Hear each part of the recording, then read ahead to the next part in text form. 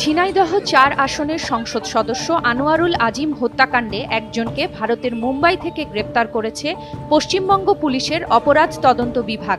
গ্রেপ্তার হওয়া ব্যক্তির নাম জিহাদ হাওলাদার। তিনি পেশায় কসাই। আজ শুক্রবার জিহাদ হাওলাদারকে গ্রেপ্তারের বিষয়টি নিয়ে পশ্চিমবঙ্গ সহ ভারতের একাধিক গণমাধ্যম পশ্চিমবঙ্গ সিআইডির বরাত দিয়ে সংবাদ করেছে। সিআইডির পক্ষ থেকে বলা হয়েছে, গ্রেপ্তার হওয়া জিহাদের বয়স ২৪ বছর। তিনি মুম্বাইয়ের অবৈধ অভিবাসী। তার বাবার নাম জয়নাল হাওলাদার, বাড়ি খুলনার দিঘলিয়ায়। এদিকে খুলনায় খবর নিয়ে জানা গেছে, ভারতে গ্রেপ্তার হওয়া জিহাদ হাওলাদার সংসদ সদস্য আনোয়ারুল হত্যার ঘটনায় ভাড়াটে খুনি শিমুল ভুঁইয়ার সহযোগী হিসেবে পরিচিত। শুক্রবার পশ্চিমবঙ্গের সিআইডির বার্তায় বলা হয়েছে, হত্যার ঘটনার ২ মাস আগে কসাই জিহাদ হাওলাদারকে কলকাতায় নিয়ে আসেন মোহাম্মদ আখতারুজ্জামান। এই আখতারুজ্জামান